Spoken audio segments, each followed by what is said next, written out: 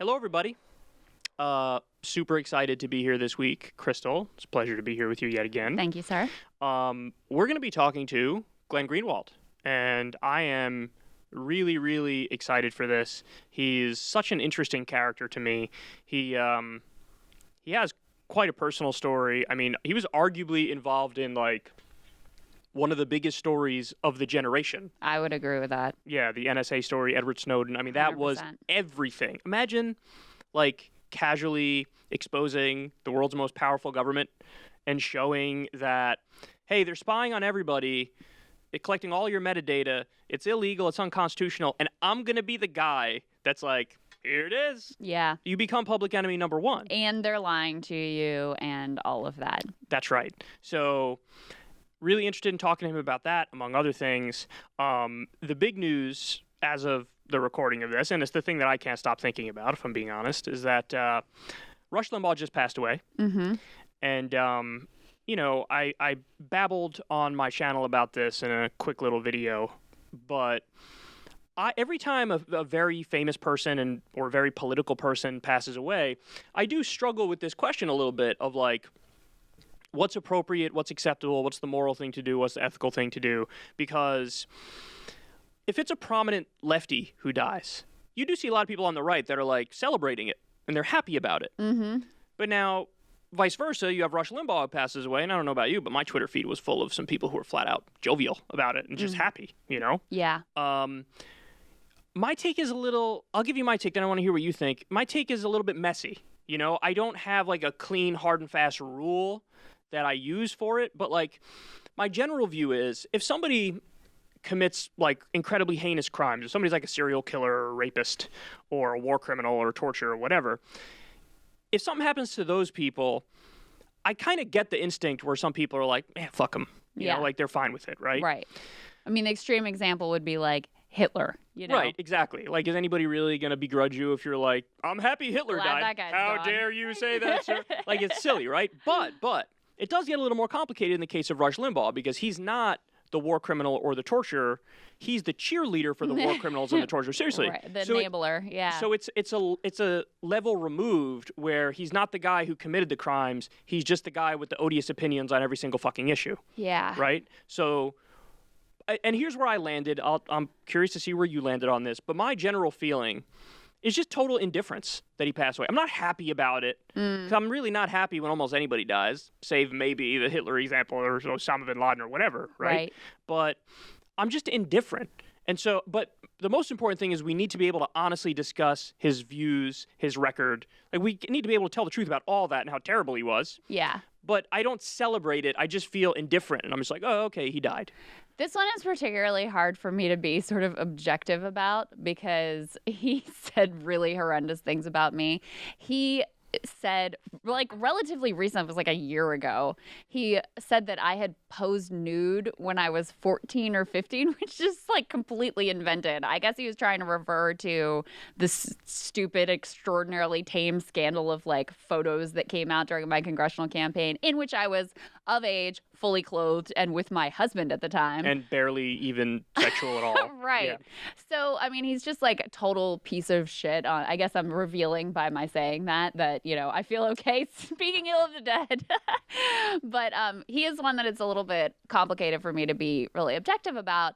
And I do feel like we kind of had this conversation too, you and I, when David Koch passed. Right. Because it was the same thing of like, okay, yeah, he's not the war criminal, he's not the torturer himself, but the money and the apparatus that they set up has been incredibly destructive to American society. I mean, the mass impact that the Kochs have had, in particular, I mean, they're the ones that really fomented this whole, like, fake pushback against climate change and funded the, you know, anti-science around causing climate denialism. And they really were front and center behind that whole movement. So even though you're not the person, like, pulling the trigger, or they are part of, through their industries, changing the climate, but you're having massive, massive malign impact on the country and the planet. And I see Rush in a very similar light. I was actually part of, do you remember there was a controversy? He said some horrendous things about Sandra Fluke during the ACA debate, and she was advocating for free access to birth control. Yeah. And he basically... He was like, you're a whore. Yeah, basically accused her of being a prostitute. She's like a young woman in college. I mean, it was really horrific. Yeah, I remember it. And there was a huge backlash, and I was part of the effort to get his advertisers to drop from his show. And it was significant. Ultimately, obviously, it didn't work. He stayed on air until he died, although many of his advertisers fled his program at the time. And it actually did cause some problems for him at the time. Totally did, yeah. But his version of talk radio and the way that he created this personal relationship with millions of conservatives and became massively influential and ended up being this extraordinarily, again, malign influence in the country. That is his legacy. And so there's no way to talk about him and who he was and what he did without just talking about that. Probably, me saying is a piece of shit. I probably shouldn't have done that. That's like goes into character. That's character fine. Attacks. But I think that being really clear about not even attempting to say this, he was talented or he was this, or trying to sugarcoat it at all, but just being super clear about what an evil and destructive force he ultimately was. I think that's the only thing you can do. Okay, but the question is it good to celebrate it? That's the question. I don't object to anything you said there. I just don't see any utility in celebrating it. But if somebody celebrates it, do you look at that and you go, cool? Or do you look at it and go like, meh? I look at it more like, eh. Even though he's as terrible as you just described. Yeah, I don't think I would tell someone, oh, you can't do that. Yeah, I wouldn't say it either. You, but right? my thought when I see the people celebrating it is sort of like, I don't see the utility in it. I don't think it's useful, and I don't think it helps you. If you want to set the narrative about who this person was, just tell the facts, and their influence on American politics, you don't do yourself any favors in making that argument by celebrating the death. Yeah, just give the facts. You sort of undercut yourself when you go to that length versus just laying out the facts. Yeah, just lay out the facts. Here's how he shaped media. Here's how he was this extraordinarily destructive, corrosive impact, and infected the brains of boomers across the country. Here's what he actually did is probably more effective in terms of laying out the terms of how we discuss him and his life moving forward and try to avoid, the next horrible, corrosive Rush Limbaugh type having a similar impact than actively celebrating instead. I just don't think it accomplishes anything. Right. So I'm going to actually do exactly that. I'm going to lay out some of his greatest hits here in just a second, and then I'll get to the point which ultimately leads me to not celebrate it and be more indifferent. I'm not going to feel bad for him, and I'm not going to give the bullshit nonsense where you pretend like he was okay. Of course not. But I will be indifferent. So some of his greatest hits, he thought that hurricane warnings are a liberal hoax. What? He made that point a number of times. Whenever there was like a warning for Florida because he lived in Florida, he'd be like, I'm not going anywhere, bro, because I think this is a hoax. Was that a joke? He's serious about that? No, he was serious. Yes, he doesn't believe the forecasting models. That's the thing he always falls back on when he takes heat is he's like, I'm a comedian. Total nonsense. Total bullshit, yeah. He also thought climate change was fake. And this, he's worse than people even realize and dumber than people even realize. He mocked people who believe in evolution. He was a creationist. Wow. He said of the Big Bang Theory, I remember because I covered this on my show, this is going back years now, but he said, how do scientists know it's real? They never saw it happen. He said that. This guy was a world-class idiot. He thought COVID was a hoax. He talked about that a number of times. Oh, God. He compared Obama to Hitler and Stalin. He said that George Zimmerman was the victim. It wasn't Trayvon Martin. Oh. He compared hungry kids to animals. I remember that one. He was for the Iraq War. He was for torture. He was for every single tax cut for the rich. He was for Wall Street deregulation. He apparently celebrated AIDS deaths on his show. This is something I didn't even know until today, reading about it afterwards. He said, quote, Eric Garner wasn't put in a chokehold, even though he was murdered by a chokehold. Right.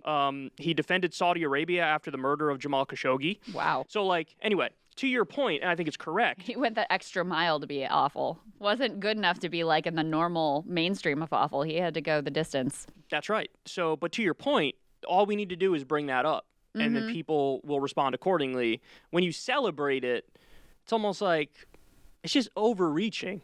Like, it's overkill. You know what I mean? Like, just tell everybody what he was like and leave it at that. But because to me, and I'll end on this note for this point, I honestly think about it like this. Me and you are walking down the street. We see a car crash. Somebody's laying on the ground bleeding out. Right. They're laying on the ground bleeding out. You see very clearly they have a Nazi tattoo. They have a swastika. Do you call 911? They're bleeding out, dying on the ground. Do you call? Yeah. So do I. Right? That's a shitty person, objectively. It's a bad person. They still deserve to get health care because that's part of being a civilized human in a civilized society. You say, I don't care that you have like shitty opinions or whatever. And in this instance, even if the person on the ground was a murderer, you call to get them the health care. So I think of this in a similar way, that like I do believe that human life has inherent value, even if you're the worst person in the world. Yeah. So what I do is I grant everybody at least that I won't celebrate it when they die. Like, Rush will get my indifference. I don't give a fuck. Like, he died. It is what it is. But I'm not going to celebrate it because I do think that we're getting a little too close to that line of, like, the person's laying on the ground bleeding out and you're like, I don't want to call because I think they're a bad person. Yeah. You know what I mean? I've actually been faced with a similar, Really? not quite as extreme as, I was just thinking about this. I was at an event in Kentucky, and it was a really hot day outside, and there was an relatively elderly couple, and one of them had passed out from heat exhaustion, and the other one had very clearly like Confederate flag ring and other. That's shockingly similar. Yeah. Yeah, and I mean, of course, like no normal human being would think twice about trying to help this couple in a dire situation. But I also did see this a lot, and still see it a lot. But especially when I did live in Kentucky, and I would post things about what was going on in politics there. This was back before. Now there's a Democratic governor, Andy Beshear, at the time. Matt Bevin, a Republican, was in charge, and he was doing all sorts of horrendous things, stripping labor rights and trying to take, health care away and just attacking teachers' pensions, like all these horrific things. And when I would post about it on social media, inevitably I would get a torrent of like, fuck them. They should have voted a different way. Like, they get what they deserve, basically. And I think that view of politics and that view of our society is maybe one of the most damaging elements of our current politics, because it's not just liberals who have that view of like, they're evil, like they voted for Trump, or they're like QAnon people or whatever, so they're evil and we want nothing to do with them and we hope they die, basically, is the bottom line. But like the right has their own version of that, and we've talked here before too about a majority of Americans think that the biggest threat to them is their fellow citizen. So if you're a believer in universal programs like Medicare for all, or like a living wage, or like, the right to form a union, if you're a believer in these universal rights, it becomes really hard to secure them if you have a mentality of, I'm going to pick and choose who I think is worthy, right? Who I think is like worth caring about as a human being. And so Limbaugh's kind of an extreme example. He's very unsympathetic and also extraordinarily wealthy, so he doesn't need any of these things, right?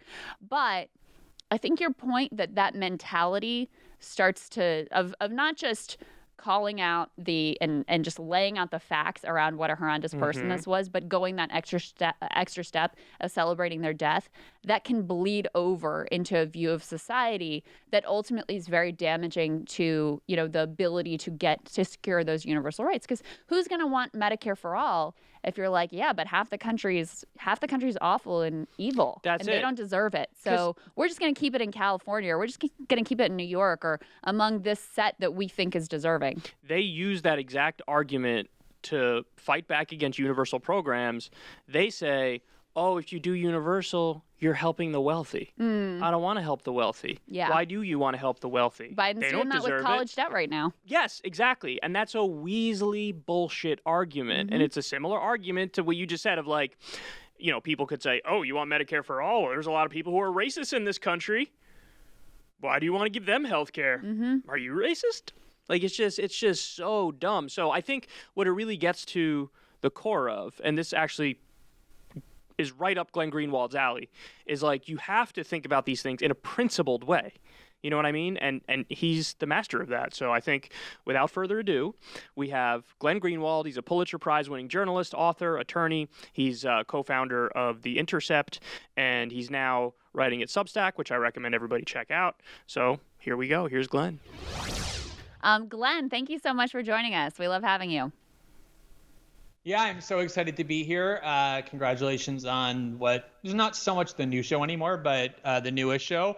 I'm really excited. I'm a little divided because I feel a little bit like I'm cheating on Sagar. Sagar knows it's okay. But I told think him. he knows that that's my real heart lies there. This is just purely business, so I think he'll understand. This is just a side fling. We get it. I'm not as edgy because I'm not right wing. So he's got the edgy points that I don't have. He gets more problematic points. Yeah, exactly. And I know that's important to you.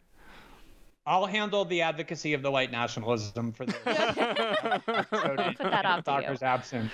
One thing I wanted to ask you about, because this is kind of right in your wheelhouse, is the New York Times published this hilariously revealing piece about the new social media app Clubhouse right now. And they described it. Part of what their issue with it is that on that app there are unfettered conversations, and they put this out seriously, like people should be concerned about that. I just found it extraordinarily telling. What do you think it says about sort of the direction of that newsroom and so many others? Right. So, I mean, the tweet itself was slightly worse than the article. The article was bad, but not quite as bad as the tweet. The mentality, though, that it reveals is one that's quite pervasive, and the context for that New York Times article is important. One of the reporters who wrote the article about the unfettered conversations on Clubhouse is Taylor Lorenz, who the week earlier had been doing what she seems to spend a lot of her time doing, which is eavesdropping on people who are speaking on Clubhouse and waiting for them to say a naughty word that she can then go and report. And she was in a room with Mark Andreessen, a early pioneer of Silicon Valley. He founded Netscape, which was the big browser that allowed people to navigate the internet early on, and is now a big venture capitalist. And he had blocked her from all the rooms that he was in because of this tendency that she has to just try and monitor what people are saying, and not do reporting, but like tattletaling. And she got into her room by using a pseudonymous name that wasn't blocked, and went onto Twitter so excited to say that he was just in a room and used the R slur, meaning retard. And then she posted pictures of numerous people who were in the room and accused them of complicity for not objecting. And it turns out he didn't say that word. Someone else said that word, and they said it not to use it as a slur, but to refer to the way in which the Redditors who challenged Wall Street were referring to themselves, which is the retard revolution. She was just using the term descriptively because that was the room was about that, to talk about that. So that's very much what journalism has become, this idea that the power centers on which you focus are not the CIA, the Pentagon, or Wall Street, or hedge funds, and you don't monitor people who are powerful to see if they're engaging in labor abuses or antitrust violations or engineering coups. You just are like a kind of adolescent hall monitor who just waits around for people to say a bad word, and whether they're powerful or obscure, you just go and publish it, and that's what they regard as reporting. And that's very much the mentality at the New York Times and other places like it, which is we can't have anybody communicating with one another on the internet without them specifically fact-checking and monitoring it and filtering it for hate speech and other forms of censorship. Yeah, I mean, what's interesting about that is we've already seen this play out in a way which shows that it's a farce. So when you go after like these extreme right-wingers on these different platforms and you say, hey, they're doing hate speech or whatever justification they use, the very next target, and this actually already happened, were like some very prominent big Antifa accounts. And it happened on Reddit as well, where they took down Reddit the Donald, and then the very next one that was taken down was the Chapo Trap House one. So why is it that there's still some faction, some segment, nominally of the left, but really I think it's more, elite liberals that hang on to this idea that censorship is necessary and right and just and ethical, when they see the logical end result is that you have anti-establishment factions on both the left and the right who are hurt as a result of it. Well, I think there's a buried premise in your question that I'm not sure you fully intended, but I don't agree with if you had, or even if you hadn't, which is that people who are establishment liberals somehow are more bothered by censorship of anti-establishment leftists than they are anti-establishment right-wingers. I don't think that's the case. Censorship is always a majoritarian tactic by definition. It's something that people who have an opinion held by the majority or that somehow in some other way becomes mainstream can employ against those who question or challenge or dissent from those pieties. And so the targets of censorship are always people who are dissidents by definition, and those wielding the power are people who are the ones who control establishment. So I think your question is exactly right in the sense that it is never going to be just the far right or the far left or right-wing populist or left-wing populist who are going to be targeted with censorship. It's going to be anybody who opposes the establishment and the prevailing ideology that controls Washington, which is neoliberalism, from whatever direction, from any direction. They don't really care if you're on the right or the left. And it's not just censorship. There was just a really important article in the Washington Post where the FBI had activated itself with all kinds of aggressive measures in anticipation of what they thought were going to be these violent or disruptive protests on Inauguration Day after the January 6th Capitol riot. And they were monitoring everyone essentially to prevent that from happening. And they really found nobody on the right, none of the Trump supporters, none of the Stop the Steal people who planned anything. In fact, they were almost disappointed that at state capitals across the country, a grand total of like 9 people from all 50 capitals showed up to protest. But what they did do was they went and arrested this left-wing Antifa activist who was using his social media account in ways that the FBI, in their words, concluded showed that he was on the path of radicalization. He was one of those guys who went to Syria to fight against ISIS with that socialist or communist faction with the Syrian Kurds, who, has been ever since a left-wing activist. He went to Seattle to be in that autonomous zone, and he was arrested by the FBI shortly after Inauguration Day and held without bail by a judge on the grounds that his social media postings demonstrate that he's a real domestic terror threat. So I don't think that it should matter, this argument, you should oppose censorship because it'll end up engulfing the left as well. You should oppose it on principle, even if it only ends up persecuting your political adversaries. But you're absolutely right that for those who only care about self-interest and pragmatism, there is no possibility that it will be confined to any one faction or ideology. It will be used against anyone who meaningfully impedes establishment power. Yeah, and we saw this also recently with Nathan J. Robinson, who I've had my disagreements with, but who was let go as a Guardian columnist because of some very mild criticism of U.S. foreign policy vis-a-vis and foreign aid to Israel. This one tweet, sarcastic tweet, was used to discontinue his relationship with The Guardian, which is, just absolutely outrageous.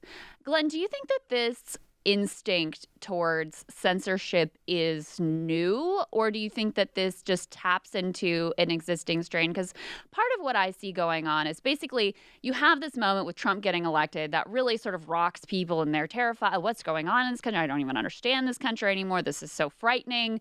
There are these ideas that seem to be trickling in from the fringe that I thought we had excised from the public discourse. What do we do about it? And into the void comes, power brokers at the New York Times and other places who, for them, censorship is also very, it's good for their business model. If they can control the discourse, if they can push, certain television shows off the air or shut down certain spaces that they don't have control over, that ultimately helps to enhance and maintain their power. So do you think that this is sort of specific to this moment and the freak out over Trump, or do you think it taps into a longer strain in American history? Yeah, I think both. Clearly, there's nothing new about censorship, right? That's why the founders, when they implemented the Constitution, enshrined freedom of speech, precisely because there had been already in history for centuries the reliance on censorship power by autocrats, and they wanted to ensure that that couldn't happen in this newly formed republic. That's evidence of the fact that they were concerned about it, aware of it, that it was prevalent, and you see it all throughout history. Obviously, whoever can control the discourse and the dissemination of information has secured for themselves an enormous amount of unchallengeable power. I do think, though, there are new components to it that make it more menacing. One for sure is the fact that Trump in general created all kinds of moral panic that have caused people to perceive that certain weapons and instruments and approaches and policies that maybe 5 years ago, even for them, would have been unthinkable, are now suddenly justified because he represents or has engendered such a unique threat that, kind of like the people after 9/11 did, turn to things like the Patriot Act and other, torture and putting people in prison in the middle of an ocean with just went completely insane, thinking that it was necessary because the threat was so unprecedented. I think there are people in the United States who convinced themselves they were facing another 9/11 or another Pearl Harbor, like a kind of Nazi invasion of Western Europe. So extreme measures that maybe 5 years ago wouldn't have been justified are now justified. But I think there's something more odious going on, which is, even though, look, all societies by definition have mores and kind of rules of moral conduct that they implement. That's one of the things that makes a society cohesive, is this set of rules that you may not have to follow by law, but you have to follow by virtue of societal mores. And one of the punishments is ostracization. You kind of get cast out of society, and instinctively that's something we really want to avoid because we're social animals. 15,000 years ago, if you got cast out of your tribe, you would probably die. Being part of a tribe and being ensconced in it as a member is a part of our survival mechanism. So we want to avoid that. But so it's always been the case that society has had things that you're not allowed to say, you're not allowed to do, and the punishment isn't prison, but a harm to your reputation or being an outcast. What's so different now is that the internet has become a uniquely centralized and powerful means of communication on which we rely, not which we use, but has become indispensable for any kind of work that you do or any civic participation that you want. And although liberals who justify online censorship like to describe Facebook and Google and the like as just private companies who they suddenly sound like Cato Institute libertarians, like private companies can do whatever they want. The reality is they're monopolies, number one, which brings up a whole set of dangers about what they do that isn't true for just other private companies that have competition. But much more importantly, to talk about these corporations as separate from the state is such a mythology. Facebook executives and Google executives and all these people in Silicon Valley go in and out of government.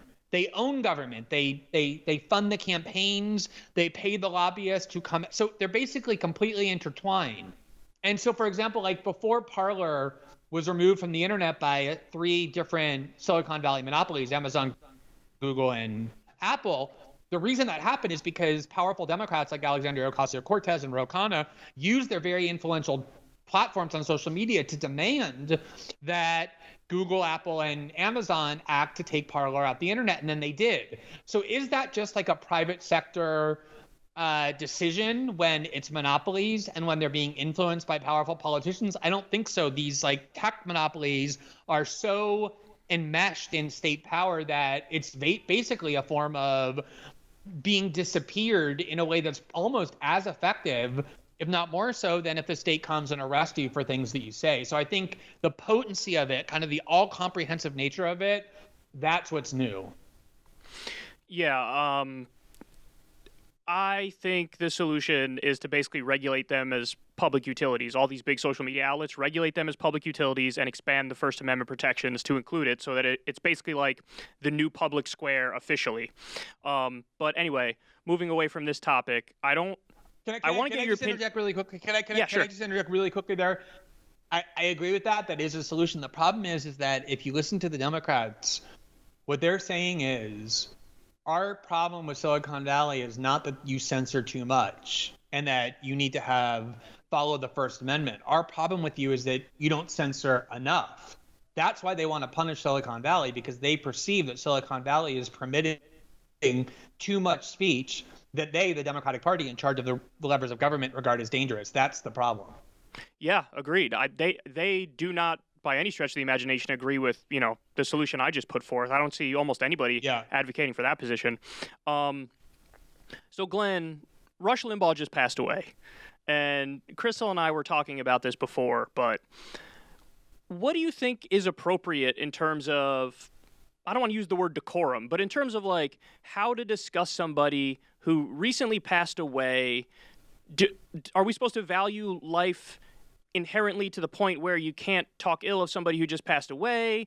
Do you need like a time frame where you give it a rest, or can you jump right into it and start bashing? Can you celebrate somebody's death? So I'm curious what your thoughts are on what's the reasonable approach. Yeah, I mean, I've actually written about this a couple of times, once when Christopher Hitchens died and then another time when Margaret Thatcher died. So obviously in our lives, if somebody passes away who we know personally, there's just kind of a general etiquette rule that says you don't talk ill of the person. Like, you don't go to their funeral and say, yeah, you know what, they were kind of an asshole and a dick. And like, you don't go to their wake and start like talking about how they stole from you and lied to you and like were a philanderer, right? Because it's just like impolite. Like, you're just inflicting suffering and pain on like their loved ones who are grieving. So it's a sensible rule of etiquette that when someone dies in those situations that you know personally in like the private realm, you don't speak ill of them. I think that's a completely inapplicable rule when it comes to public figures, because if the rule were for public figures who die, who are highly influential, polarizing, and controversial, like Christopher Hitchens, Margaret Thatcher, Rush Limbaugh, anybody like that, if the rule were you can't say anything about them positive or negative, you just have like a 3-day waiting period out of respect for their family or whatever, I would disagree with that rule, but I could at least live with it. I would say, okay, I understand the impulse. The problem is it's completely permissible, in fact, obligatory, to heap praise on those people. Not personally at their wake and in their funeral, like while, talking to their loved ones, but in public discourse from people who didn't know them personally, but who now want to create this like false narrative about their lives and create this hagiography that bears no resemblance. And if you're going to allow very positive things to be said about polarizing people, you have to allow negative things to be said about them as well. The reason why we're talking about Rush Limbaugh's death, even though we don't know him personally, is because he was a significant influence on the body politic. And how he's discussed in the aftermath of his death plays a big role in how he's remembered. I remember when Ronald Reagan died. I don't know how much you guys remember of that week, but it was like the most like over-the-top operatic melodrama. They followed that fucking coffin around like it was a mouse chasing cheese, like from place to place to place to place. And it went on for like days. It went on for a fucking week. And this is like somebody who was extremely controversial. Ronald Reagan was like a far-right conservative. He like did dirty wars in Central America. He like was the one who introduced the idea of all these economic policies that benefited the rich. He was a very controversial figure throughout his entire adult life and his political life. And then suddenly this like whole hagiography got built around him that completely whitewashed who he was, because you were only allowed to praise him but not criticize him. And it altered how history remembers him. Like airports are named after him and institutions are, and no one to this day is willing to say much negative about Ronald Reagan in mainstream discourse. And so that is the thing that really made me aware of how dangerous it can be to allow history to be rewritten for public figures. So I don't think that private sector etiquette applies in any way to how we discuss public figures. I think it's perfectly not only permissible, but necessary to let your criticisms rip. So like immediately, so that a false picture isn't created. On the question of celebrating someone's death, I'm not going to tell other people that they shouldn't. I understand the reason that says if somebody is like odious enough and has damaged enough people, that it's sensible and rational and moral to celebrate the fact that they're no longer able to do that. I personally would not do that because I think human life is inherently valuable. I think celebrating its extinguishing, even when Osama bin Laden was killed and there were people dancing in the streets outside the White House, I read an article about how kind of coarsening and degrading that can be to be a human being who celebrates the end of other human life. I just think it degrades not just the society, but yourself to do. So like celebrating someone's death, I don't do that. But I think keeping criticism and scorn on Rush Limbaugh after he dies is perfectly appropriate. It's really interesting, the case that you make, and it actually is very persuasive because the image you leave people with actually does go on to matter. And Reagan's a perfect example of that because we've now had, decades of a Republican Party worshiping Ronald Reagan with very little ability to push back on the narrative that created that whole impression. I mean, Barack Obama even said, I think, that Ronald Reagan was one of his favorite presidents or someone that he modeled himself after. And I think there's a recognition among some powerful figures of how important it is to lay down that marker for history. And what I was thinking of when you were talking is at John Lewis's funeral, President Clinton, Bill Clinton, gave a eulogy. And one of the things that he made a point of saying and sort of laying down the historical narrative was that John Lewis was the good side of the civil rights movement, and he pushed aside some of the more radical elements like the Stokely Carmichaels. And he made that point explicitly as an attempt to sort of shape the history and the way that this individual would ultimately be remembered. So I think a lot of times people don't recognize, they feel like in the moment, the guy just died, you feel bad about his family, or like, maybe I'll just keep my mouth shut. What's the point of really saying anything? But the case you're making here is that, no, it actually matters to make sure that the picture of this person, you don't have to go over the top, you don't have to celebrate their death, but that the picture of this person who was powerful and influential that remains is at least somewhat accurate to the way they lived their lives and the impact that they had. Yeah, exactly. I mean, look, these are political people. That's why that's why newspapers talk about them when they die and talked about them while they lived. And politics is by definition a struggle for power, for how power is expressed, by who wields it. And so it's always going to be conflictual. It's always going to be acrimonious. That's how they live their lives and chose to live their lives. And so I think it's incredibly disrespectful, actually, to the way that they lived to suddenly convert them and their lives into something that it never was. This kind of like, saint-like figure who nobody has a bad word to say anything about. I would feel really creepy if when I die, presuming that I'm able to perceive it, that the people I know who have spent the entire time that I was living hating me suddenly now pretend to have respected me and think that I'm a good person. I think that when someone dies, and again, I'm drawing the private-public distinction here. I think if I went to Rush Limbaugh's funeral, I would obviously just express condolences to his wife and wouldn't share all the things that I thought about Rush Limbaugh that were negative because there's no reason to do that. But in the public sphere, I think when political people die, you have to treat them and their deaths as political, which means making sure that the discourse remains politicized and not artificial. Except me. I want everybody to be nothing but loving when I die. Everybody say how wonderful I am. Everybody does love you. Everybody not one person who. So I want to rewind a little bit here, and I know this is a bit of an open-ended question, but I'm curious about your family and your childhood and how you originally got into politics. Could you talk about that a little bit? Yeah. So. Thankfully, I was not very politically influenced by my parents. Like my father and mother were pretty apolitical, though my father, to the extent that he had a politics, just kind of like, he was like an accountant. So he just thought like it was important to keep taxes low. So he like always voted Republican, but never like passionately or anything, but like very superficially. And he also kind of like worshiped this like campy hyper masculinity of the Republican Party politics. Like he loved John Wayne and Oliver North and Ronald Reagan, like all the kind of like just, symbols of the masculinity that he thought he lacked. So that was his politics. So I just ignored that, thankfully, and didn't influence me in any way.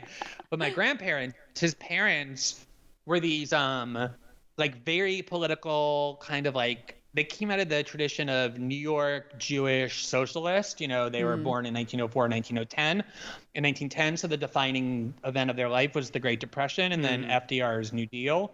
So they worshipped FDR, but they were socialists, like real socialists into the 70s and 80s. And my grandfather, once he moved down to Florida to retire in South Florida, where I lived, ran for city council in the little, mid-sized town that he lived in. And he used to take me to city council meetings, and it was like this sleepy town before he got on the council. They used to like talk about zoning laws and like parking spaces, and he just like injected it with like all this drama. He would just constantly accuse everybody of being corrupt and like, hypocritical. And there was this really interesting dynamic. Like at the time, there were like these wealthy Jewish retirees who had moved from New York to South Florida, and they like were about 50% of the city. And then there was like this poor working class neighborhood where we lived that was starting to grow, and it was multiracial and diverse and lower middle class. And so most of the politics in the city was always dominated by that like power base of wealthy Jewish retirees who lived in these condominiums. And he just was always this kind of like maverick type, and like saw himself as the voice of the working class, and just like waged war on the Jewish retiree power center in this town. And so he would like take me to meetings with him from like the time I was 8 until I was like 14. And then finally he retired because he was getting too old. And then when I was 17, he wasn't done with his vendettas.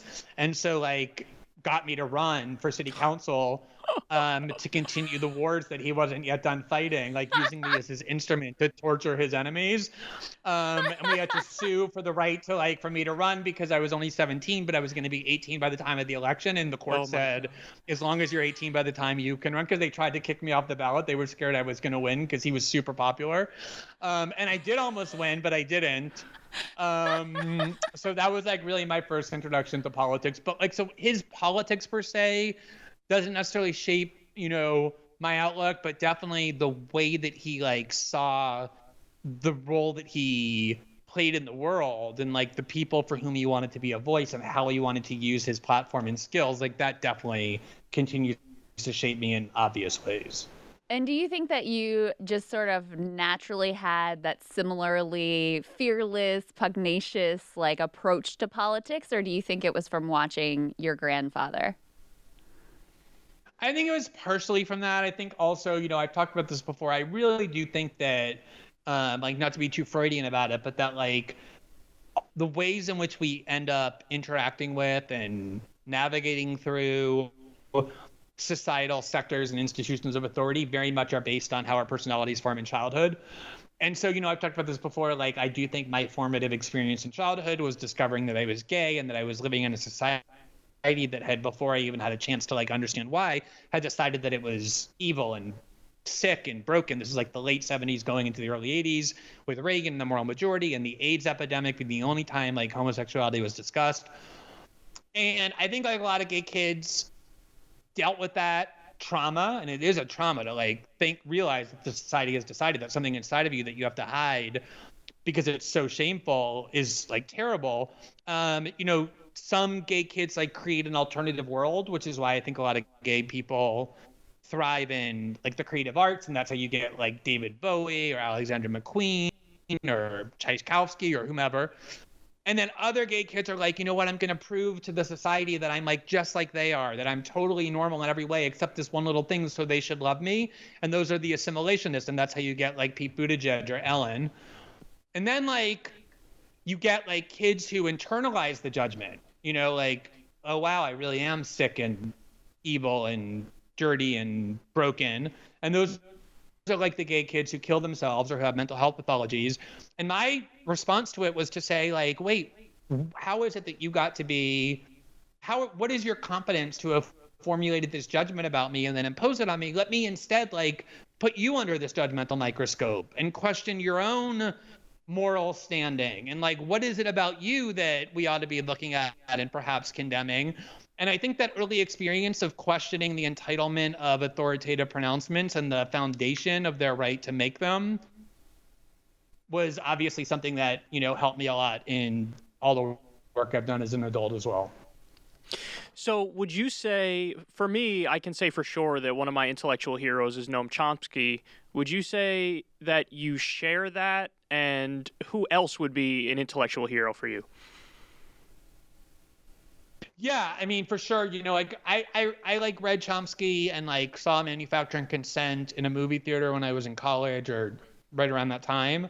And I liked it, but like I was more interested in studying philosophy, like classic philosophy, much more interested in that than politics. So I didn't pay a lot of attention to Chomsky then. And it wasn't really only until I started writing about politics full time, like in 2005, when I really started immersing myself in Chomsky, because what I really needed to do was like abolish all of the beliefs I had about everything, because I had come to realize by reading the New York Times every day and like being a subscriber to the New Yorker and the Atlantic, it wasn't that I was having gaps in my knowledge. It was that I had been propagandized and deceived into believing huge numbers of things that were completely false, because I just didn't have the time or the energy to critically evaluate them. So once I did that, I started, kind of destroyed the whole edifice and rebuilt it from scratch. Chomsky was absolutely a crucial factor in how I learned to do that, and continues to this day to be that.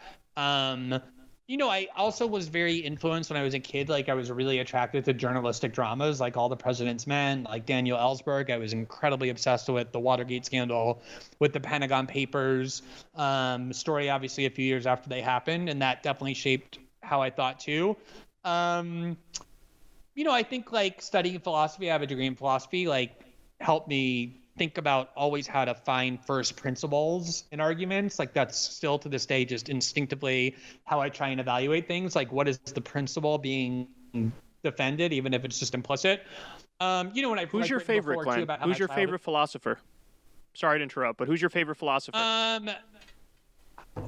I really love I love the Greeks, like Plato and Aristotle and Socrates. I think Immanuel Kant was probably like the most impressive, intellectually rigorous philosopher. And then I got very enmeshed in like French existentialism and in Nietzsche. So that was kind of my trajectory. I would say like if I had to pick one, it would be Nietzsche. I think he was the most brilliant.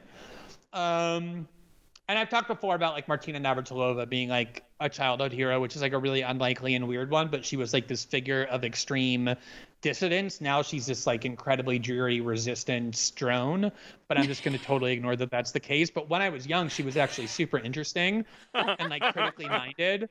And I was going to do a film about her actually before our relationship soured over her shitty politics. But yeah, she was somebody who like really spawned my interest in how a person can kind of transcend the categories into which they're born. Yeah. Well, one of the things, first of all, that commitment to first principles and finding like the core of, okay, what is this thing really about? That definitely to me is a hallmark of your writing and of your just reasoning when you're on Rising or wherever you're speaking. But another thing that Kyle and I actually talk about when you're not around behind your back is how you're always the champion of like the outsider. Like your instinct seems to be when someone is under siege and everybody in the mainstream is like, fuck this person, they're evil, they're bad, they're wrong. You're the one who's like willing to take their side if it's reasonable, right? You're not going to go and defend anybody, but you're the person who's willing to take their side even when it's wildly unpopular. Yeah, when you're the only one. You're the only one. I mean, you talked about how you were willing to write the article like the day after Osama bin Laden is killed about like, why are you dancing in the streets about Osama bin Laden being murdered, right? That's a very bold stance to take at that moment in American history. And it's one that a lot of people probably thought and were like, I'm just going to keep that one to myself. Where does that instinct to sort of defend the outsider or be the contrarian, like where do you think that comes from? And also, you seem to have a personality type that almost relishes the pile-on. Like when people just come, it doesn't seem to faze you at all. Is that just a persona, or do you actually sort of delight in that kind of a fight and debate? Yeah, I mean, first of all, I do think it's important not to fall into reflexive contrarianism, right? Like, I don't, as you said, there are limits, right? Like, I didn't go and defend Dylan Roof, right? Like, or people like that. So the reason I didn't wasn't because I was being strategic. It was because I don't think there's like an actual defense. So even though everybody's condemning them, I'm on board with the condemnation. But I think that with rare exception, like the Dylan Roofs or, like Anders Breivik or people like that, I think humanity is very complicated. I think it's very rare that there's great moral clarity about any person or anything. Which doesn't mean you shouldn't feel passionate about things or believe strongly in the things that you believe, but I think there has to be a humility that's married to it based on the fact that as human beings, we're extremely subjective, tribal. We do judge everything through a subjective prism, and above all else, we're fallible, right? Like the pieties and orthodoxies most deeply held in one generation become the source of shame of the next. I mean, that's just the history of human evolution and intellect and thought. And so to think that we're somehow outside of that and immune to it, I think requires a hubris that staggers me. Like this idea that, I have a certain view that is so indisputably and eternally correct that nobody should be allowed even to dissent from it is one that just like offends my sensibility. And I think that, so often, as I said before, we were talking about before, like because we are social animals, societal pressure and mob behavior and kind of the overwhelming consensus imposes a lot of pressure and a lot of coercion on us to join with it, because it's always easier to join with it than it is to stand opposed to it. There are way more rewards from being part of it. There's way less risk and recrimination. And, I do have the personality type that instinctively wants to find kind of the things that societal consensus might have been overlooking, that might actually be flawed in the certainty. Probably in part it's because I did feel like an outcast from being gay early on, and I felt like I had been unfairly condemned and denounced by a corrupt societal structure, and so am skeptical of the kind of nobility and righteousness of those same dynamics to judge others. But I also think that, it comes from, it goes back to that question that I was talking about with my grandfather before. Like, I have confidence in my abilities. I have, faith in my integrity and like my ability to mount an argument and to like defend myself. So I feel like, then the question becomes like, how am I going to use that? Am I going to use that to just bolster what is already kind of the most powerful force in any dynamic or any conflict, just to kind of jump on board and ride it? Or am I going to use it to try and, give voice to things that maybe don't have voice any other way to get a platform? And my instinct just early on has always been, as you say, to kind of side with the unlicensed, like the unauthorized, the outcast, and I think that doesn't necessarily mean that each time I do it, I'm in the right. But I think we need that someone fulfilling that role in society for some kind of balance. Glenn, can you tell me what issues you have changed your views on or evolved on from when you were younger? I mean, I think, when I was younger, like say before I really began writing about politics, I like really didn't pay a lot of close attention to standard political debates. I went to college in the late 1980s and then law school in the early 1990s. And so by the time I was out of law school, it was the Clinton years where everything in politics seemed very low stakes. The Soviet Union had fallen. We were supposed to have this peace dividend. There was kind of like, people were writing essays about the end of history. There was like this new world order of just like Western liberal democracies being very stable and kind of like spreading themselves. And like to the extent there were conflicts politically, they were so low grade. They were like the Monica Lewinsky scandal and stuff. And it just, and we were talking about Rush Limbaugh before. It was like Rush Limbaugh ranting and raving and the advent of Fox News. And it just wasn't very interesting to me. It seemed kind of inconsequential, just like back and forth between Bill Clinton and George Bush 41.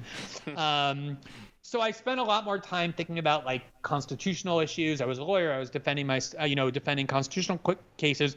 And so to the extent I had political views, they were very mainstream. Like they came, as I said before, from like, I thought Tom Friedman was like a smart and respectable foreign policy columnist, because that's what everyone around me was saying. And I thought like the basic truth was found in like Atlantic articles. And that's like part of why when I began writing, I wrote with such kind of like a fury, because I kind of felt so betrayed by these institutions that I had trusted, but were in fact inherently corrupted. So everything that I thought, like in my kind of mid-20s, late 20s, about the role the United States plays in the world, about what kind of country the United States is, about the role that the media plays, about the nature of our freedoms, all of that, I realized in retrospect was just very misguided, the byproduct of reflexive ingesting of propaganda rather than any kind of attempt to be thoughtful critically. Do you think that there's a benefit to writing about the United States from outside of the United States? Yeah, for sure. There's like this really beautiful excerpt from a documentary about Gore Vidal, who was really a genuine dissident his whole life. And he ended up moving to Italy for a large part of his life, and talked about how like looking at the United States from this distance gave a greater clarity to certain things. The way I always, it doesn't mean that your view is more accurate, right? Like, because there is something that you miss out on by being immersed and walking on American streets.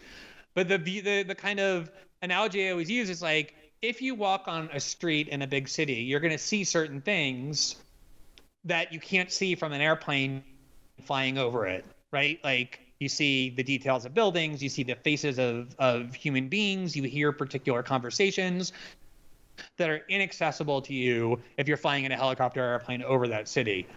But there are things that you see in terms of a perspective flying over it that you can't see if you're in the middle of it, right? You see like how it's all laid out. You see like how things are connected. You see what surrounds it. So the perspective is just different. They're both accurate in their own ways. They're just incredibly different, the things that you end up detecting. So for one, I think absolutely the distance provides a kind of perspective that you can't get if you're too immersed in it. But I also do think there's the more obvious benefit that the fact that my friends and my network of connection, human connection that I see every day aren't, immersed in Washington, New York, Los Angeles, media and political culture, gives me a greater freedom to critique it without feeling like I'm going to be losing friendships or other opportunities that, you probably are at risk of losing if you're really that dependent upon it because you live in the midst of it. Yeah. And so then do you feel the difference between your reporting in Brazil versus your analysis of the U.S.? Like, do you feel that difference between like the street level view and the airplane level view, or do you think you cover both relatively similarly? Yeah, well, it's interesting because I'm kind of like a foreigner in both places. It's really hilarious. Like I spent the last 2 years with Brazilians saying like, go fuck yourself, go talk about the U.S., leave our country alone. And when I write about the United States, I hear from liberals every day saying, go fuck yourself, write about Brazil, leave our country alone. So it's kind of like I'm like in both countries, but also neither. So there is an element of truth to it, right? Like I grew up in the US. I'm a citizen of the United States. I lived there until I was 37, but I haven't lived there for the last 16 years. I visit many times a year when there's not a pandemic, but I don't live there and haven't since 2005. But in Brazil, I have a very similar kind of sense of not fully being integrated because the first 35 years of my life or 37 years of my life was lived somewhere else. So I still feel like I look at it with a certain kind of eyes that, say, Brazilian reporters who were born in Brazil and lived in Brazil their whole life don't quite look at or can't quite see in the way that I can't see things that they see. So I feel like I'm a little bit of an outsider in both. And I think that outsider ethos is really good for journalism. So would you say that the NSA or the Bolsonaro government is, I don't want to say this in such a crass way, but has a bigger target on your back Is the Bolsonaro government the bigger threat, or is it the NSA probably spying on everything you've ever done? Yeah, it's interesting. I remember it was Mother's Day 2019 when I was first contacted by the source in Brazil who turned over to me this massive archive of hacked conversations among Brazil's most powerful and popular political figures that revealed immense systemic corruption on their part. And I went to talk to David about it, and we talked about, the risks of doing the reporting and the likely consequences. And I said, look, we've already been through this once before. Like, we know how to do it, and they don't. We're going to have this huge advantage. And he's like, that is so fucking naive and stupid for you to think. That's just how my husband talks to me, with that kind of great love and affection. He said, remember, like, when we were doing the Snowden reporting, we were ensconced in Brazil. Like, the Brazilian government was incredibly supportive of what I was doing, because part of what I was doing was revealing how the NSA was spying on key Brazilian institutions, including its population, its president, its oil company, its, mining industries. So I had protection. I had a government that was protecting me. And so the governments that were angry with me, there were many of them, were still far enough away that I felt physically protected, even if I didn't feel protected from their surveillance and other forms of retaliation. Whereas in Brazil, when I was doing the reporting on this very new and authoritarian government, I was in the country where they exert their power. So the government that was extremely angry with me, and the massive movement that had coalesced around it, that was newly empowered because of the election, that decided I was their number one enemy for at least 6 months, if not longer, were not thousands of miles away, separated by oceans, but like a couple of meters away, separated by corners. And the danger was much more acute. It was much more physical. It was much more proximate. And it was also just kind of less controlled. Like, say whatever you want about the United States and, the UK and the kind of Anglo world. They do kind of operate by a set of established rules, as corrupt and barbaric as they often are, that give you a sense of predictability about what they're likely to do or not. Whereas the Bolsonaro government had just ascended to power 5 months before we began the reporting, with the explicit intention of rewriting all the rules, of not following the basic foundations of democratic norms. And so the unpredictability factor was also much, much higher. Can you just talk a little bit about what that's like to feel yourself in sort of like acute physical danger? Were there any things that you felt like were close calls? Does that, just put sort of an ambient level of stress on you in your life? What is that like? Yeah, I mean, I do think in the case of this, this is one instance where having done the Snowden reporting did help, because, remember during the Snowden reporting, I had on my person at all times one of the most valuable archives of top secret documents from the most secretive agency of the world's most powerful government. And it wasn't just the United States government that wanted to take that away from me, but an endless number of other governments and non-state actors who would have loved to have gotten their hands on that information, and who therefore had an interest not only in getting it physically, but in knowing what we were talking about and what we were doing. And so one of the things we learned early on there was like, look, if you don't learn how to manage that stress and fear and paranoia, you're going to go completely insane. You're going to be like one of those people who end up in your spam file, like writing every day about how like people are controlling you with microwave ovens. Yes. If you're constantly like, oh my God, what the fuck is that car on our street doing? And what is this person who just like sat down next to me? If you start falling into that trap, you're going to go insane. And so one of the things we learned to do was like, okay, create all the reasonable precautions that we can against surveillance, against our physical, to protect our physical security, and then just forget about it. Like you have to accept that you've undertaken this risk, and you can't focus on it, because if you do, you're going to be paralyzed with fear. Wow. So that really helped. But in this case, the problem was the risks were very physical. Like Brazil's a country where political violence is very real. About a year and a couple of months earlier, one of our closest friends had been brutally assassinated. Marielle Franco, when she was riding in her car, she was on the Rio City Council with my husband at the time, and she had 4 bullets pumped into her skull by right-wing factions who to this day have still not been caught, which was very traumatic for us and obviously weighed on our minds. And so, we couldn't leave the house without armed security. We couldn't leave the house without armored vehicles. Our house got turned into like a military fortress. We were getting the kinds of death threats, not that like people on the internet love to like highlight where someone's like, oh, you better watch your back. But like, here's where your kids go to school. Here's a picture of your front door. Like the names of our kids. Here's what we're going to do if you keep publishing. Like really sick and deranged stuff that we took very seriously. I'd appear in public events and like there'd be just thousands of people, and like sometimes they would shoot fireworks at us.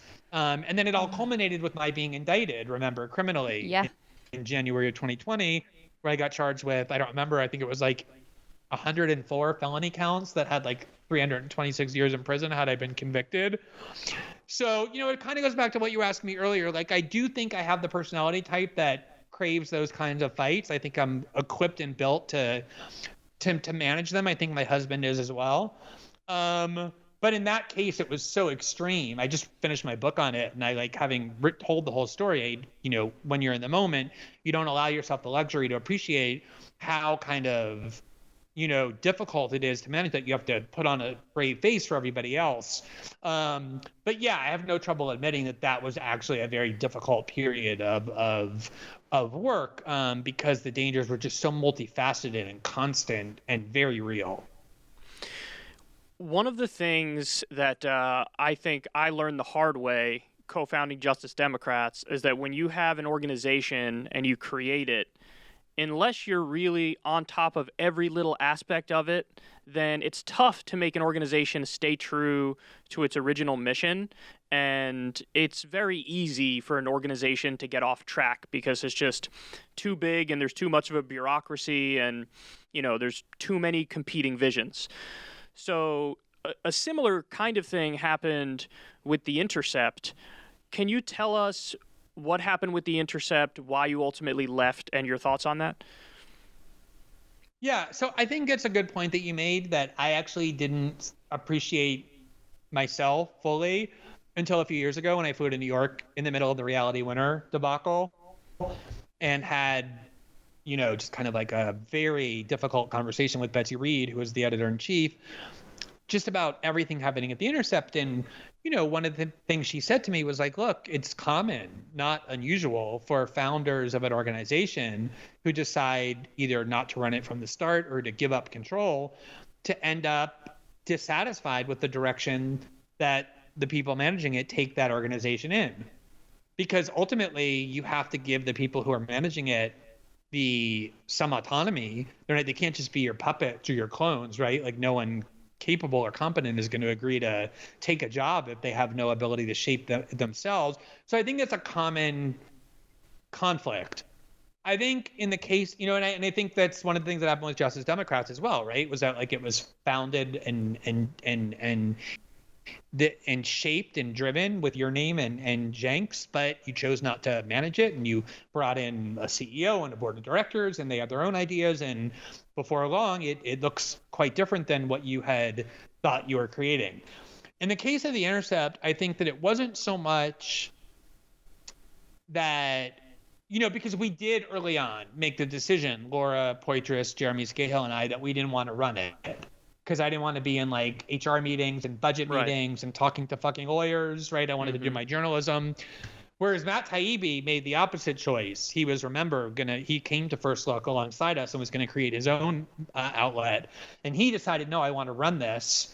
And he did end up in months of hideously repressive meetings with budget people. And so he quit because Matt just doesn't want to be doing that. That's not who he is. So I think we made the right choice, because otherwise we probably would have quit when Matt did, had we not. But it wasn't so much that, it ended up just quickly going in a wrong direction, because I think we were very careful about the people we hired being people who we trusted.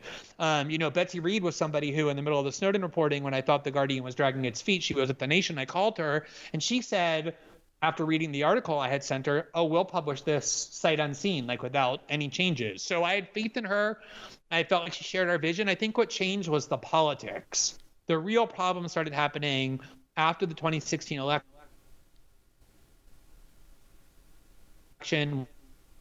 there was like this Slack discussion, which is like for people who don't know, the program that a lot of newsrooms use to have people remotely all communicate with one another.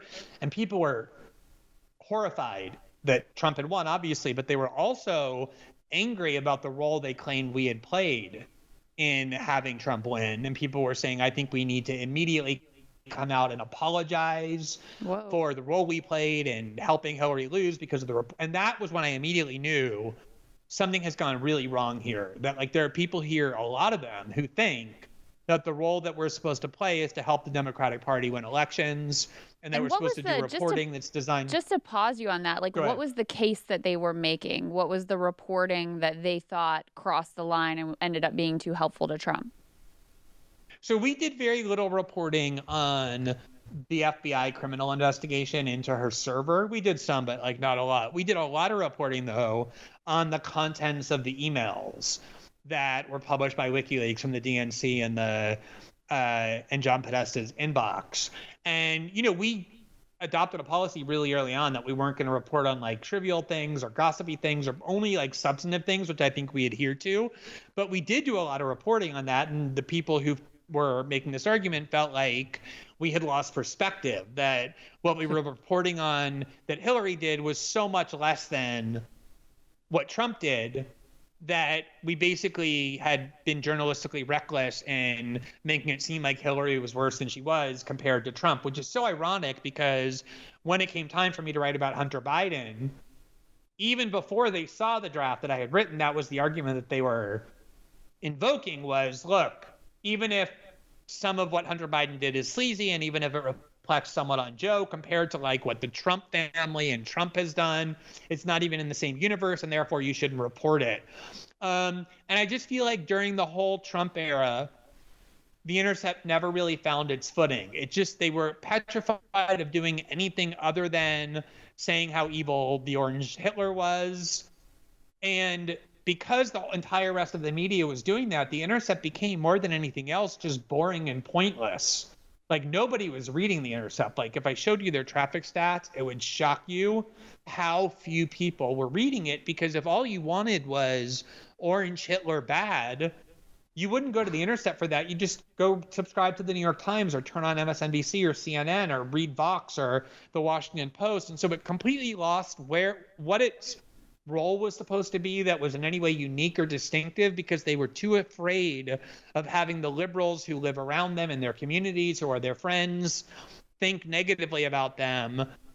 And so that desire to please prevailing liberal conventional thought drowned out, with exceptions and all of that, but for the most part, what their journalistic role was. And that's why I just became so increasingly dissatisfied with it, to the point that, you know, I left when they wouldn't let me report on Hunter Biden with the acrimony that I did. You were one of very few people on the left, myself included, no big deal, who pushed back against Russiagate and basically said from the beginning, this is total bullshit. What made you so sure so early on, like me, that it was total bullshit? I don't know. So I do want to mention at the start that along with me, for those who don't know, Kyle, you were also one of the people expressing the skepticism. I think it's very important to note that. Let's talk more about that for a little bit. You were too humble to say it 6 or 7 times, so I thought it was important for me to. No, I remember like the first time I became aware of this brewing narrative was the Clinton campaign had released this like kind of like, you know, one of those ads that's intended to be like dark and menacing, and it was like, what is going on between Trump and the Kremlin? It was like, you know, these grainy images of like Moscow and like what people think is the Kremlin, but is in fact St. Basilica Cathedral. And, you know, just like these grainy images of Putin, and implying that the Trump campaign and Trump himself was somehow beholden to Moscow, in a way that, as somebody who has been very steeped in the history of the Cold War, which you have to be if you want to write about the security state and the CIA, which is out of where all that comes from, right? It was after the World War II, and the national security state was created as a way of combating the Soviet Union. But also, as somebody who has been a civil libertarian for so long, one of the worst episodes for civil liberties in the 20th century was the McCarthyite excesses, which was nothing more than accusing people of being secretly beholden to the Kremlin, of having sympathies for Moscow. And obviously the ideology at the time was different. It was communism, not kleptocracy, or whatever you want to call the current iteration of Russia. But still, the script was identical. It was like, what does Russia have over him? And why did he go to Moscow? And what is going on between? So just instinctively, I was repelled by what was this like obvious attempt to revitalize this crusty Cold War script that had been buried for a couple of decades. Just as, someone steeped in left-wing politics, it disgusted me. And so I was inherently skeptical of it and even repelled by it. But then the more I kept looking, the less evidence I was seeing. It was just months were going by where these accusations were being made throughout the campaign. And then even once he won, the DHS would the Department of Homeland Security would issue these bulletins purporting to say that the Trump campaign collaborated with Russia or Russia interfered in the election. They would be 7 pages long, bereft of any evidence of any kind. And so just as a journalist, I felt like it was my obligation to say, where is the evidence for these very serious allegations that are being made?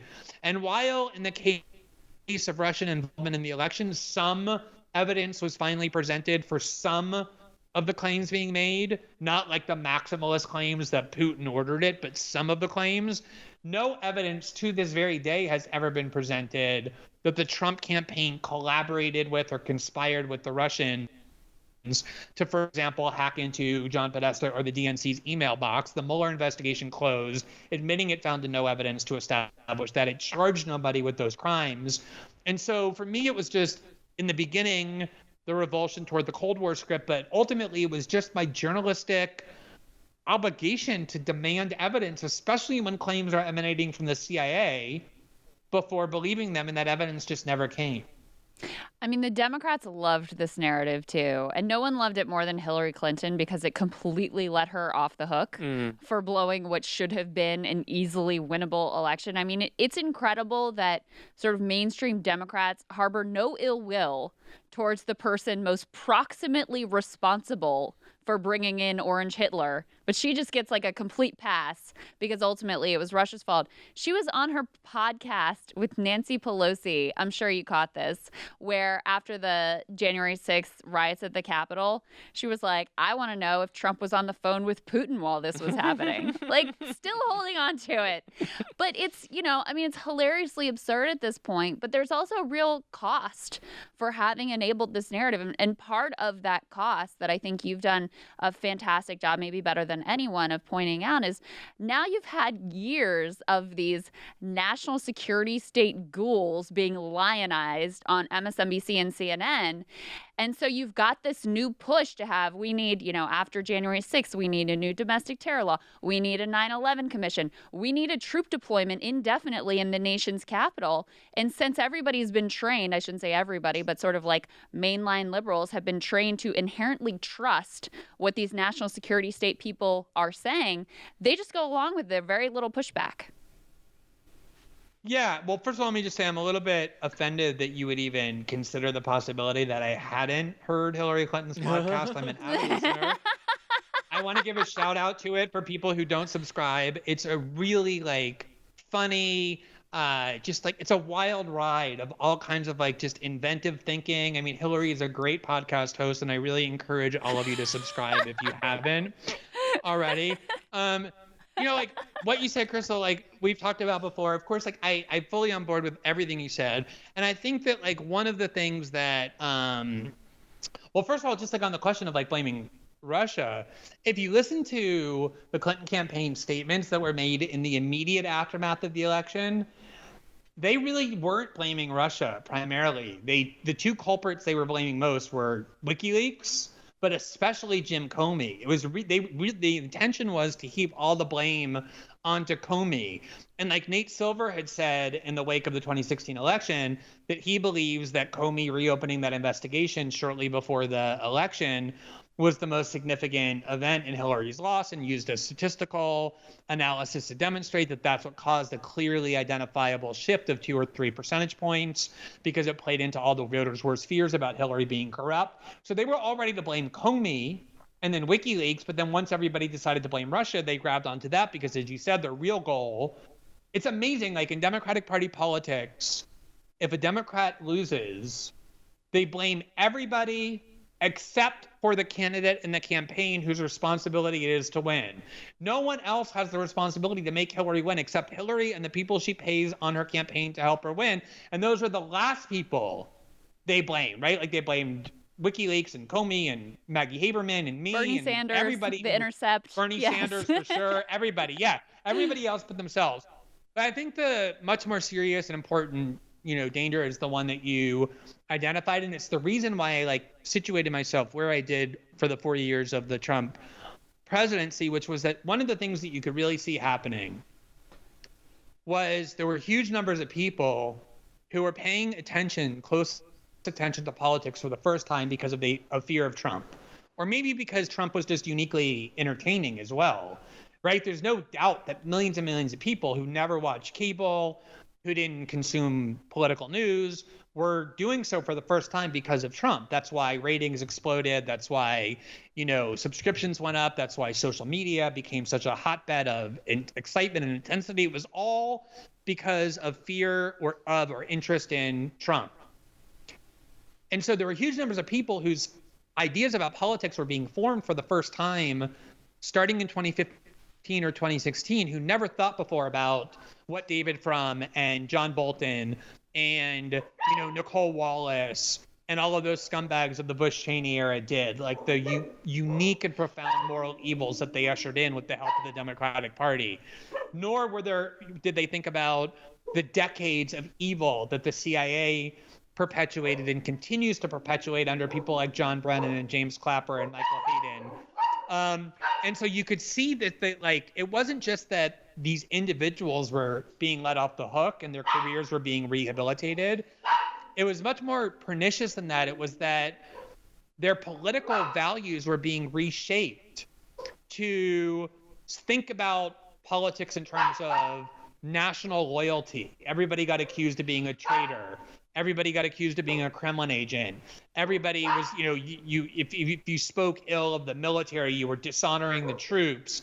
If you criticized the CIA, you were impugning the integrity of the brave men and women who keep the country safe. If you talk badly about Robert Mueller, it was against the FBI. And so all of these institutions that the left had made progress in making people distrust over the course of decades had been almost entirely undone, and liberal politics was remade into this authoritarian movement taught to venerate the centers of power on the grounds that they opposed Trump, because that was the only issue that mattered, was Trump. Are you against Trump or are you for Trump? That was the only thing that shaped their political identity. And so because the CIA was Trump's enemy, because Bill Krystal was Trump's enemy and neocons, because Wall Street and Silicon Valley were, because the corporate press was, liberal politics got rebuilt to worship the corporate media, to worship the security state, to worship centers of financial power, and to worship Bush-Cheney operatives and neocons. And that continues to shape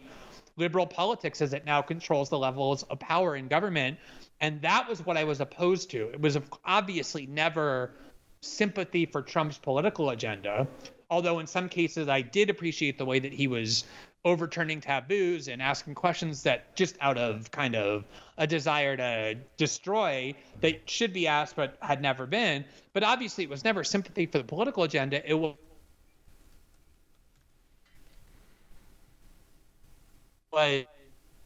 of stopping him. You froze there for a second, Glenn. But to your point, yeah, it was this mindset of the enemy of my enemy is my friend. And so you see Democrats getting in bed with, no pun intended, the Lincoln Project. And then when you look at what the Lincoln Project, in a variety of ways, what they were up to was incredibly problematic. And yeah, that's a core of something that, I think should be objected to by everybody. I want to ask you talk to me about homelessness and what you're doing on that front, because I find it fascinating. And then also tell me about animal rights, which is an issue that you care deeply about.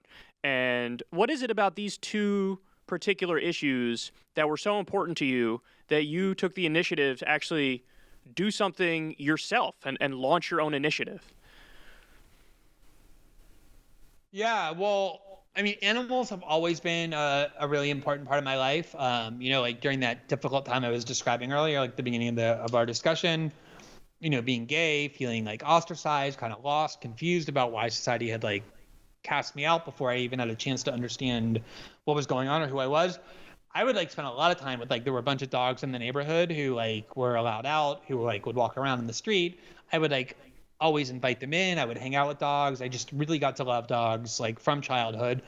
And it was always like my dream to like one day like live on a farm and have like thousands of dogs and other animals, but especially dogs. Like I was really focused on dogs. So it was kind of just like a childhood dream.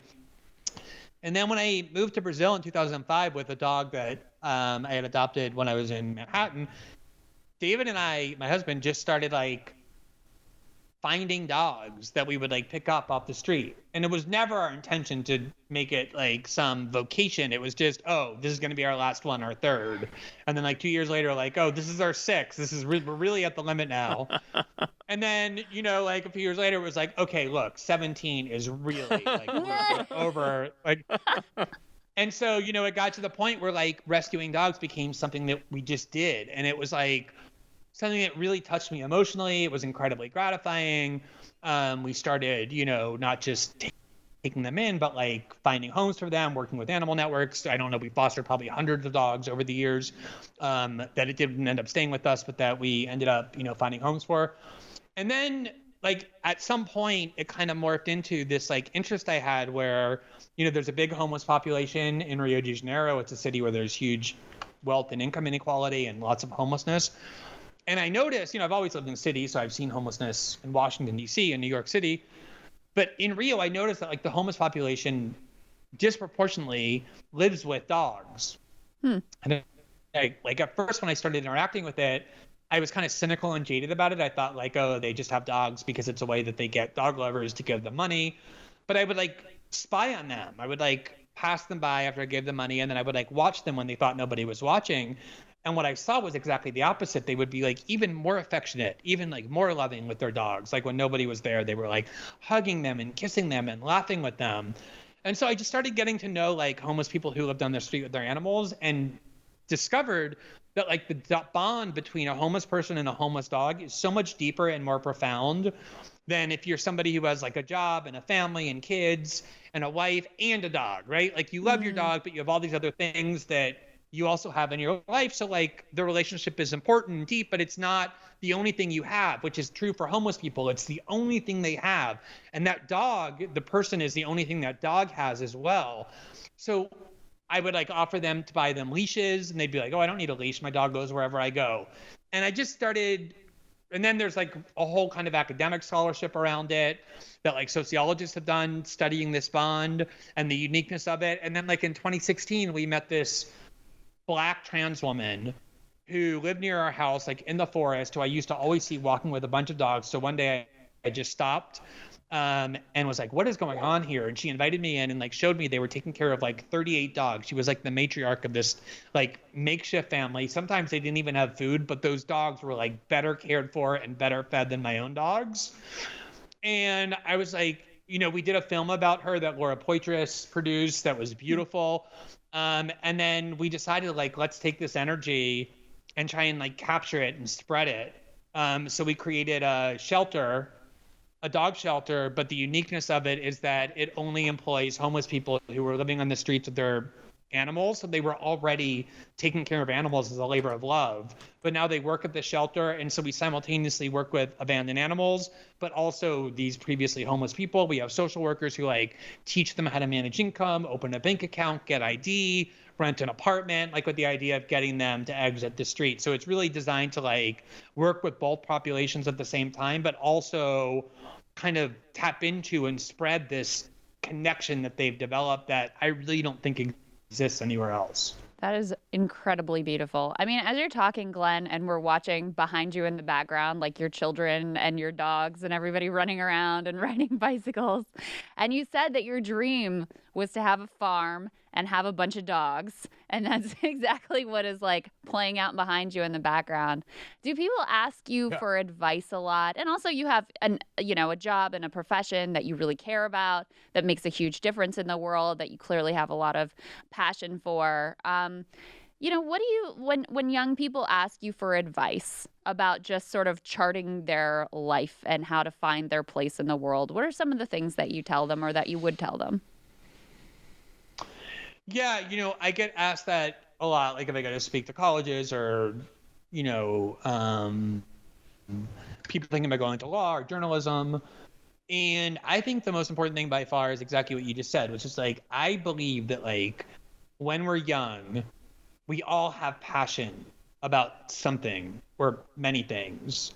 And society is structured in a way to kind of like gradually suffocate it and just kind of like extinguish it so that you become focused only on your utility to the society, because passion isn't very useful. It can be actually kind of disruptive.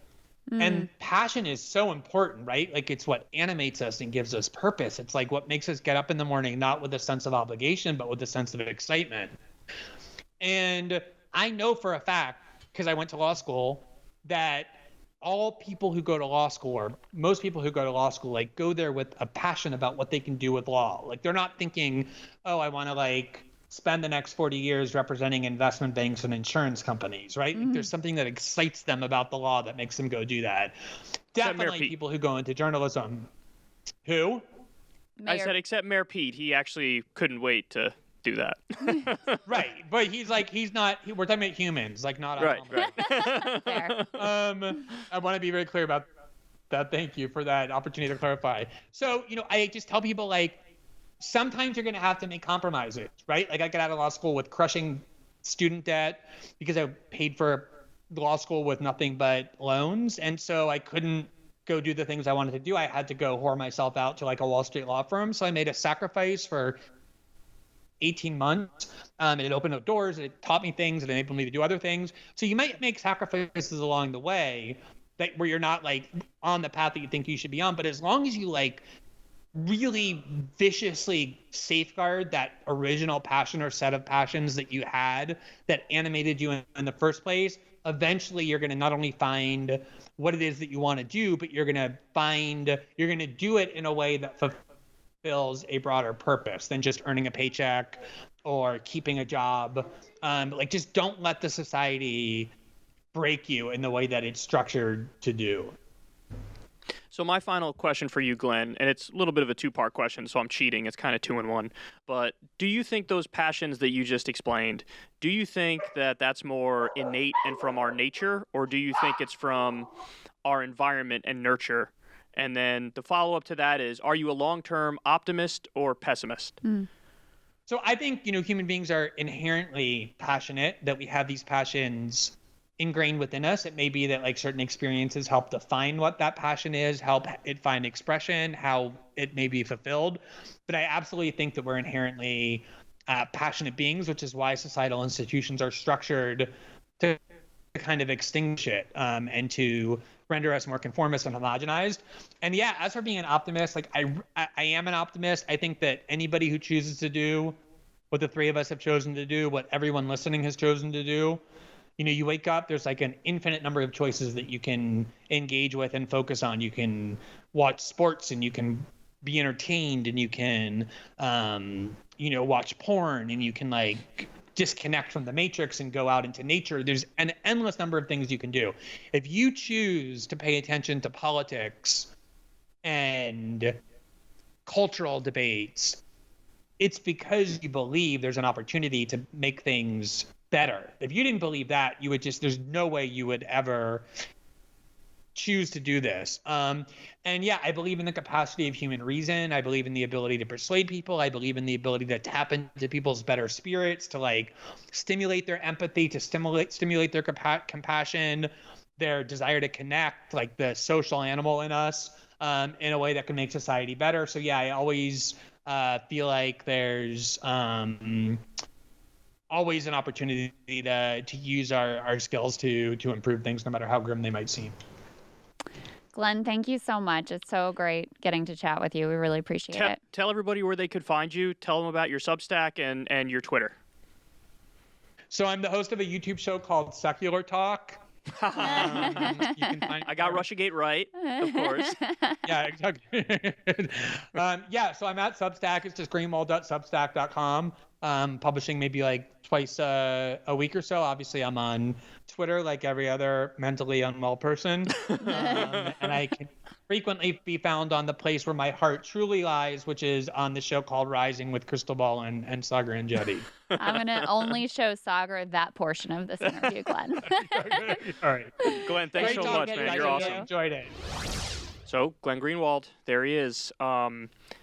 He's really one of the rare cases of somebody who's perpetually interesting to me. I'm always interested in whatever he's writing about, whatever he's tweeting about. Even when I don't agree with him, I enjoy reading his thoughts because he just strikes me as really thoughtful and really genuine, and he cares about this stuff. And there's actually nothing, I secretly love it when he gets in these like bomb-throwing wars with people on Twitter. Yes. You know what I mean? Like he'll get in these giant fights with whoever, some random And person from Media Matters or the New York Times. So relentlessly hard. He still fights like me when I was 14 and in a YouTube comment section on 9/11 conspiracies. Like he's all in, and I love that about him. He strikes me as just really genuine. So you always admire in people qualities that you don't think you yourself have. And that's one of the qualities that I really admire about him, because I'm a very anti-confrontational person. Like, I don't want the fight. I don't want the argument. I don't want the debate. I just want everybody to be nice and everybody to like me and them to be happy and to be happy with me and whatever I said. Like, I'm actually very poorly suited for this line of work, to be honest with you, because that is my natural inclination. And his natural inclination, and also what he's kind of cultivated, is to be in the polar opposite direction. And it's funny because, I have 3 kids and they're all very, very different. And some of them have this quality as well, where it's like they just naturally love the debate, naturally love the fight. They're spoiling for it. They their faces light up. And he has that same kind of quality. I also thought it was really interesting, because this isn't a reality that I've ever lived with, talking about the stress of feeling yourself and your husband and your children in like imminent physical danger, and how he learned to cope with that. I thought was extraordinarily interesting. Yeah, I mean, as an outsider, my thoughts on that are like, you have no choice but to block it out. You know what I mean? Because if you engage in it, you can go down this black hole abyss vortex where you're just like perpetually miserable and never happy. And so it's almost like you have to choose to live in a world where you say it's not a thing. And, in a sense, you're lying to yourself. But I think people do this in a variety of different ways on less severe topics. So like the way I try to like almost give myself a little protective cocoon where I'm not engaging all the time with everybody, where I would go absolutely insane. Yeah. You know what I mean? That it's a similar mindset. It's like, I know that if I go to my Twitter feed right now and read the mentions, that within 10 tweets, I'm going to see something that's really going to piss me off and ruin my day. Yeah, and then you're going to have to respond to, and then that takes up like an hour of your life. So like I'm choosing to not acknowledge it and just pretend it's not real. Like, okay, it's just not there. It's out of sight, out of mind. If I don't see it, it's not real, And I feel like that's the only thing that one can do when you're at a certain point, because he really is in a position where it's like uniquely dangerous. Like very few people are reporting on the wrongdoings of like powerful world governments on a regular basis, and that's Glenn Greenwald. Right. Well, not only just any world government, but the Bolsonaro government, which is like murdering thugs. Yeah, and Bolsonaro has quotes like, I am a fascist.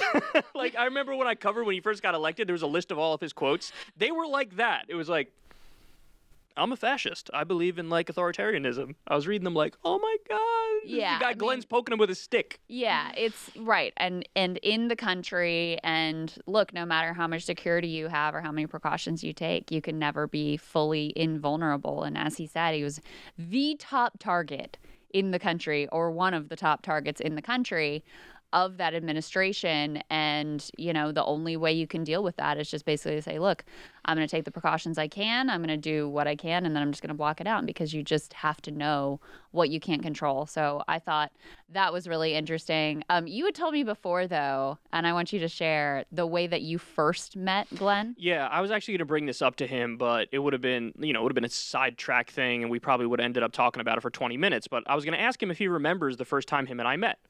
Because the way him and I met is very, it's such an online story, two maladjusted semi-adults who connect online.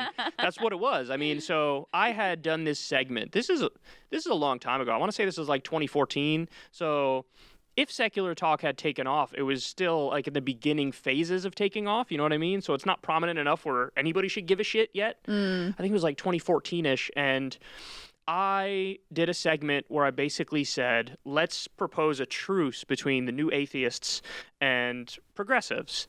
And because new atheists were going hard on Islam, because at the time there were a lot of Al-Qaeda terror attacks. And so the big topic was is religion inherently dangerous? Is Islam worse than Christianity? And this was the online banter at the time. And Glenn Greenwald was very critical of Sam Harris, because Sam Harris, in a variety of different ways and on a variety of different outlets, basically said, Islam is worse, it's the mother lode of bad ideas, it's inherently violent, and this is what I believe on it. And then Greenwald would criticize that and say, listen, one of the reasons why we're having so many attacks also has to do with U.S. foreign policy, and we're having this backlash effect, and so that needs to be taken into account. And anyway, so I hopped in and I did a segment where I said, hey, I think Sam Harris is right on points X, Y, and Z, and I think, Glenn Greenwald is right on points A, B, and C. Let's have a truce, and let's, stop sniping at each other 24/7. And you got to remember, I'm coming from the world of having been inspired by both Richard Dawkins and Noam Chomsky. So it felt almost like a personal fight where two parts of my own identity are warring, right? Interesting. So I spoke to Glenn Greenwald, or actually he may have even reached out to me. I don't remember who reached out to who, but he was like, yeah, I'll come on, let's talk about it. And remember, this is when I don't even know how many subs I had at the time, but it wasn't that many. Right. And he was like, yeah, let's talk about it. And Glenn's already, journalistic giant, et cetera, huge following. I think he won the Pulitzer already. Yeah. He's going to go talk to, what he used some phrase describing me to you, some fresh-faced punk kid or some shit. He called me something like that. Yeah, some punk kid in your garage or something like that.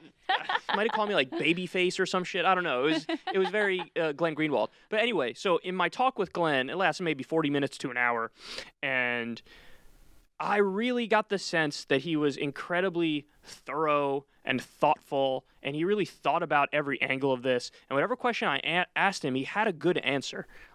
Agree or disagree with the answer, he clearly thought about it all. And he was very, very in the weeds, in the details, and I appreciated that. And so I enjoyed the conversation. Now, Sam Harris, on the other hand, I got the sense, and I spoke to him for an even longer period of time. I think it was over a 2-hour conversation. Wow.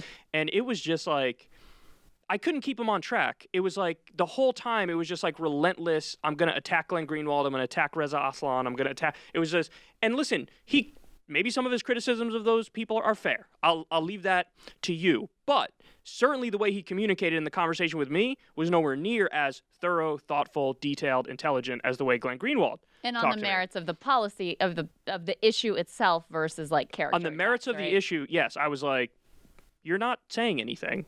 Whereas with Glenn, agree or disagree with what he's saying, it was on the topic. You know what I mean? So, that was that's how I met him. And then actually, ever since then, we've been in contact to one extent or another.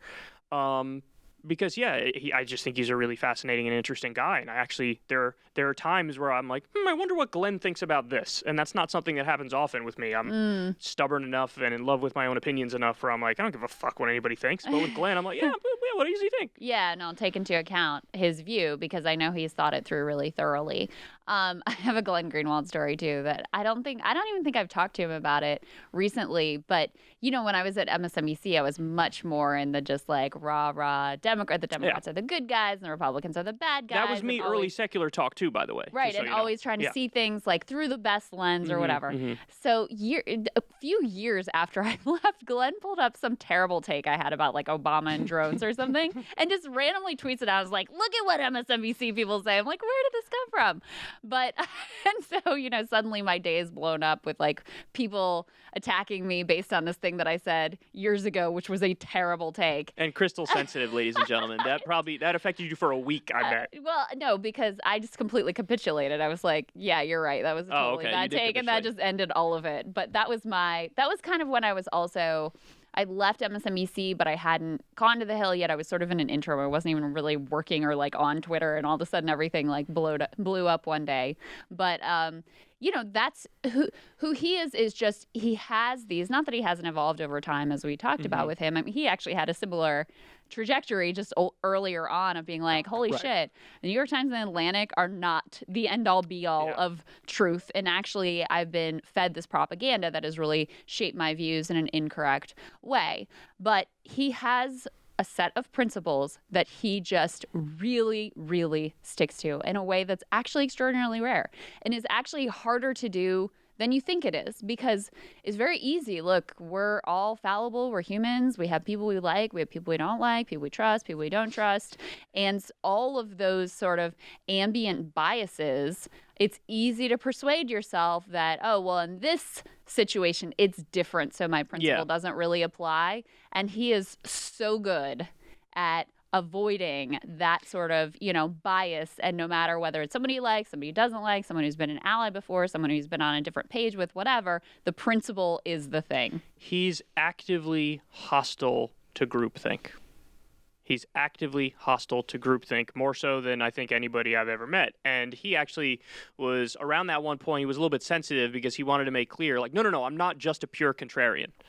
Which I think matters, because you see people who are pure contrarians. I'm not going to name them, but I have somebody in mind right now. It's just as predictable as oh my God, it's so boring. If you always go along with the conventional wisdom, that's extremely boring. But if you also always go against the conventional wisdom, it's also very boring, because and what's more annoying is those people don't think they're boring and predictable, but they are. So they're even worse.